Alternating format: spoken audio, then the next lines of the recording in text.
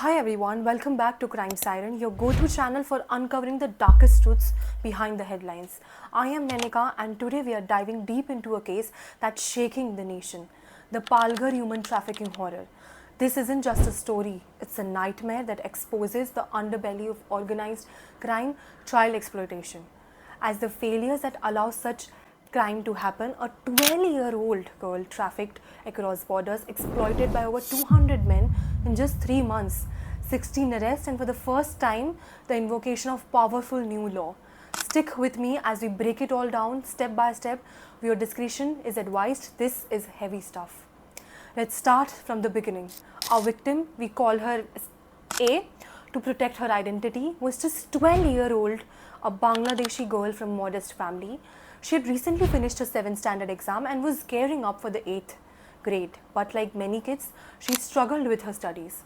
Fearing a harsh scolding or worse from her parents after failing a subject, she made a fateful decision. She ran away from her home. It's heartbreaking to think about a simple fear of punishment could lead to such horror. She didn't get far before getting approached by a woman she knew, a Bangladeshi national who promised her safety and a better life. Instead, this woman smuggled her across the border into India. They traveled illegally to Kolkata, where a broker arranged a flight to Mumbai. Upon arrival, the girl A was handed over to a man named Muhammad Khalid Abdul Bapari, a 33-year-old Bangladeshi national living in Navi Mumbai. That's where the real nightmare began. In Navi Mumbai, named girl A was allegedly raped right away and forced into prostitution. When she resisted and wouldn't, right? She was beaten severely, tortured with burns that left marks on her body. This wasn't random. It was a part of a calculated network. She was passed between brokers, moved to places like Gujarat and back-to-back areas in Mumbai. Over the next 3 months, investigations say she was exploited by a staggering 233 men. Imagine that. Clients, if you can even call them that, paid between 5,000 and 15,000 rupees per session, but A was given only 500 rupees each time with empty promises that she would be sent home soon. Reports suggest she might have given hormonal injections to induce her early puberty, making her appear older and more marketable to these predators. Sedatives could have been used to keep her complaint and prevent escape. This wasn't just exploitation, it was a systematic torture, part of a larger racket involving pimps, agents, and even auto rickshaw drivers who transported victims for commissions. Imagine the trauma, a child alone bounced from one hell to another, her childhood stolen in the most brutal way. Now, how did this came to light? Dr. Vinu Varghese, a dedicated social activist who first exposed this case, his work shone a spotlight on this horror prompting action. An NGO got a tip about A plight and altered authorities, and on July 26, 2025, the Anti-Human Trafficking Unit of the Meera Bandar Vasai Virar police launched a joint raid with NGOs like Exports Road, India Foundation, Harmony Foundation, and Rescue Foundation.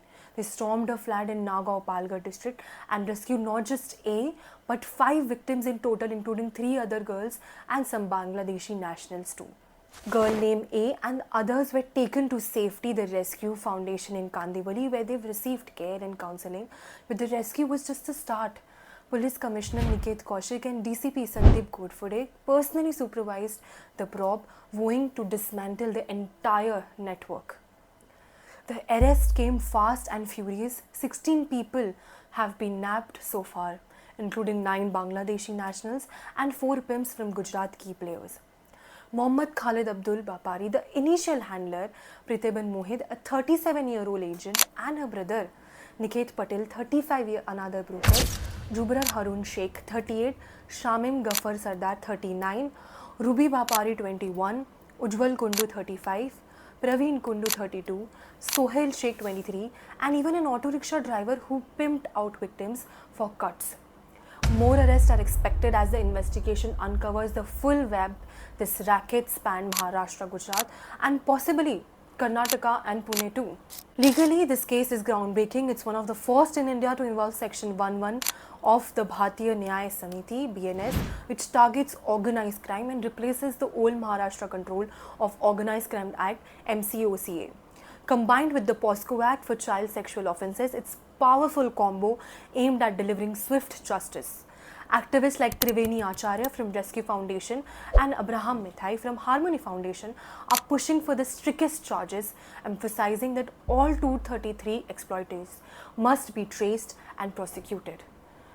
Mithai called it childhood stolen, and he's right. We need to address root causes like harsh parenting and poverty that makes kids vulnerable. This isn't isolated. India saw a 96% rise in child sexual violence from 2016 to 2020, with nearly 39,000 reported cases in 2022 alone.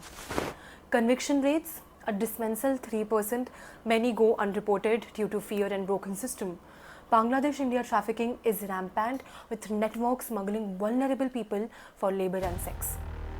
Elderly women often handle the girls, and injections speed up exploitation. It's a multi-billion rupee industry, and cases like this highlight how borders mean nothing to these criminals. But there's a hope. The BNS invocation sets a precedent. NGOs are on the front lines and awareness is key. If you're a parent, talk to your kids. Fear shouldn't drive them into danger. If you suspect trafficking, report it to helplines like 1098 for child protection. That's the full story of Palghar horror on Crime Siren, a reminder that evil thrives in silence. Let's break it. If you have tips or stories, drop them in the comments or DM us. Subscribe and hit the bell icon and share this to spread awareness. Stay vigilant, stay safe. Until the next time, this is Nanika signing off.